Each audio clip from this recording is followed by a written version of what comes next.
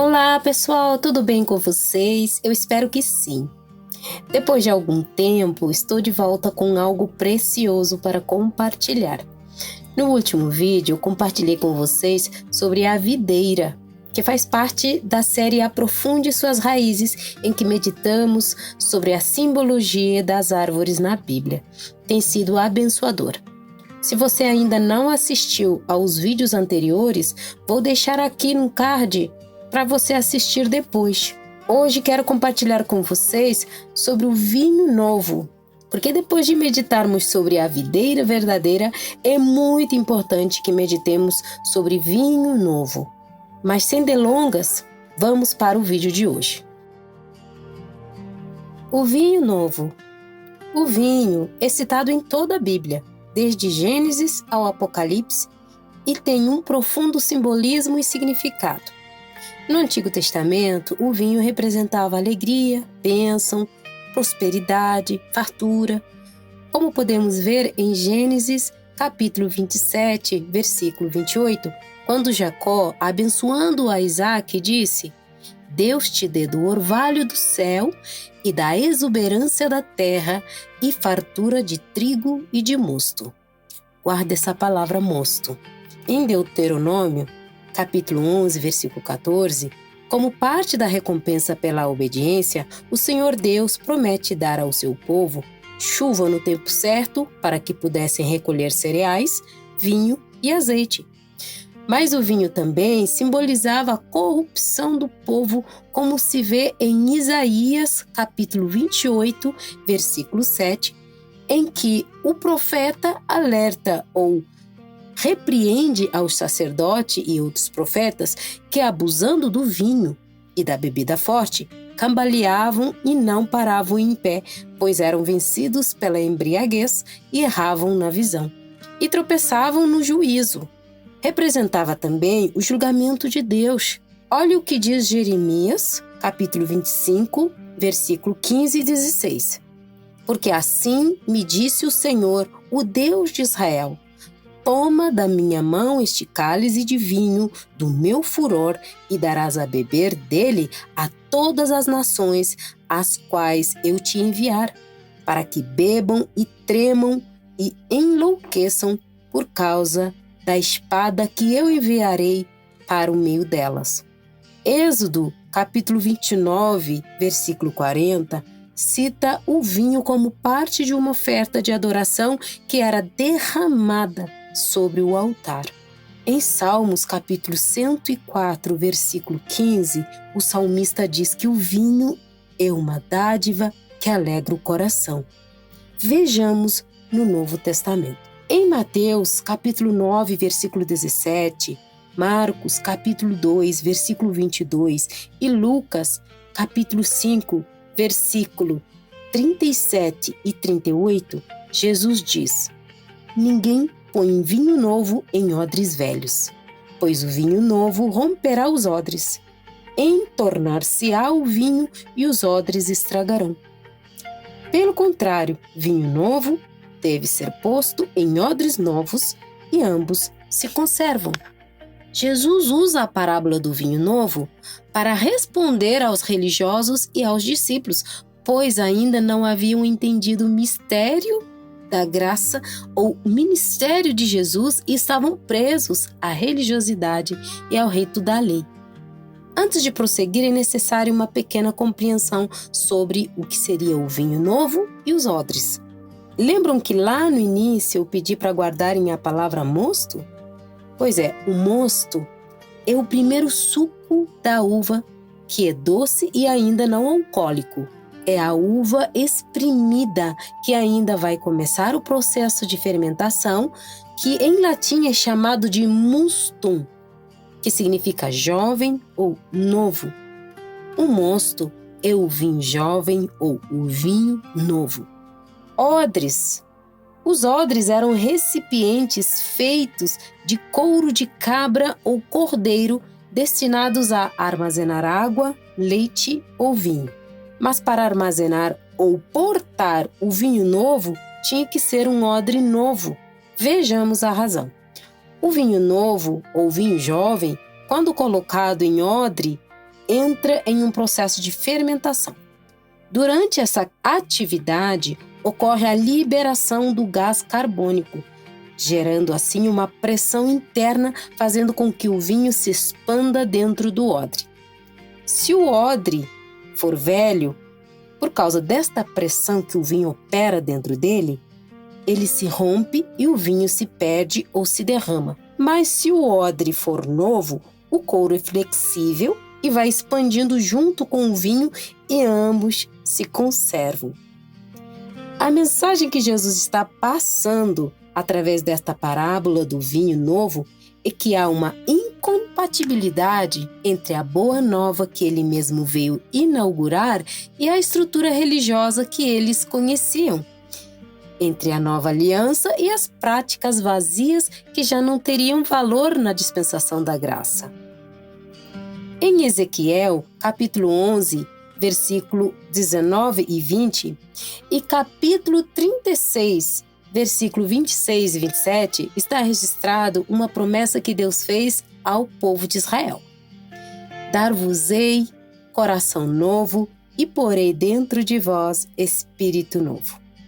Tirarei de vós o coração de pedra e vos darei o coração de carne. Porei dentro de vós o meu espírito e farei que andeis nos meus estatutos, guardeis os meus juízos e os observais.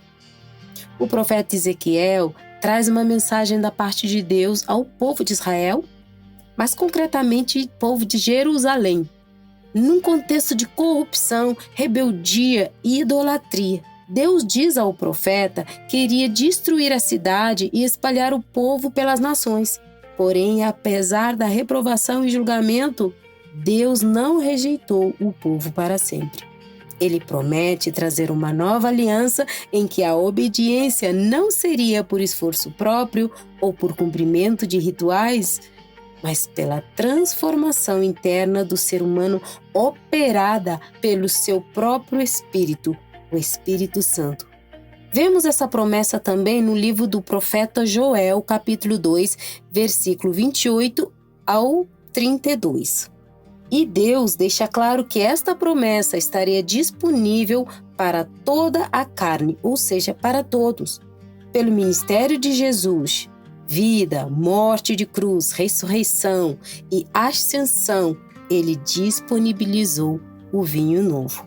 É importante lembrar que, nesta nova aliança, não há mais necessidade de rituais em um templo físico, pois o Senhor passou a habitar o ser humano através do seu Santo Espírito, graças à obediência e perfeição da obra de Jesus Cristo, que cumpriu em si mesmo toda a lei e nos reconciliou com o Pai e fazendo de nós o templo de habitação de Deus.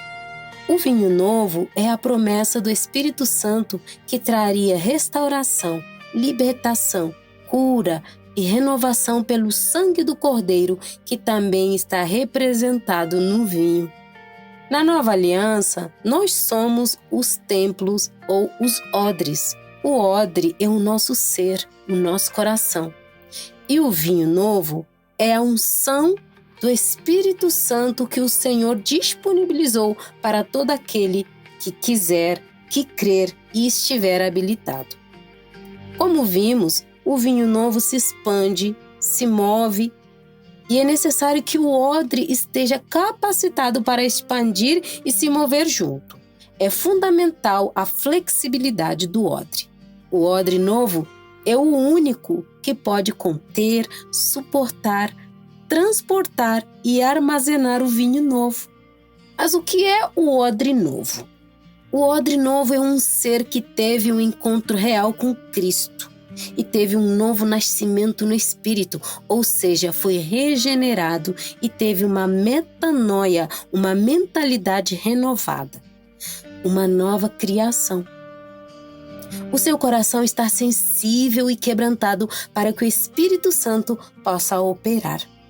O Espírito Santo se move nesta criação, trabalhando, tratando, limpando, purificando, curando, enfim, capacitando para cumprir o propósito de Deus. À medida que o Espírito vai trabalhando na nova criação, ele vai expandindo o seu poder. A criação também vai expandindo e se transformando junto. É necessário renovação e transformação constantes. Romanos capítulo 12, versículo 2, nos alerta a não nos amoldarmos aos padrões impostos e sugeridos pelo mundo, mas que sejamos transformados pela renovação do nosso entendimento. Por outro lado, tem o odre velho, que é religioso, que vive de aparências, cumprindo ritos e leis que são vazios e não podem trazer salvação nem transformação. Estes bebem do outro vinho, não do vinho novo, mas o vinho fermentado do inimigo e da natureza caída do ser humano. O apóstolo Paulo nos adverte em Efésios capítulo 5, versículo 18: não vos embriagueis com vinho que traz dissolução ou libertinagem, que nos afastam dos padrões divinos, mas enchei-vos do Espírito Santo.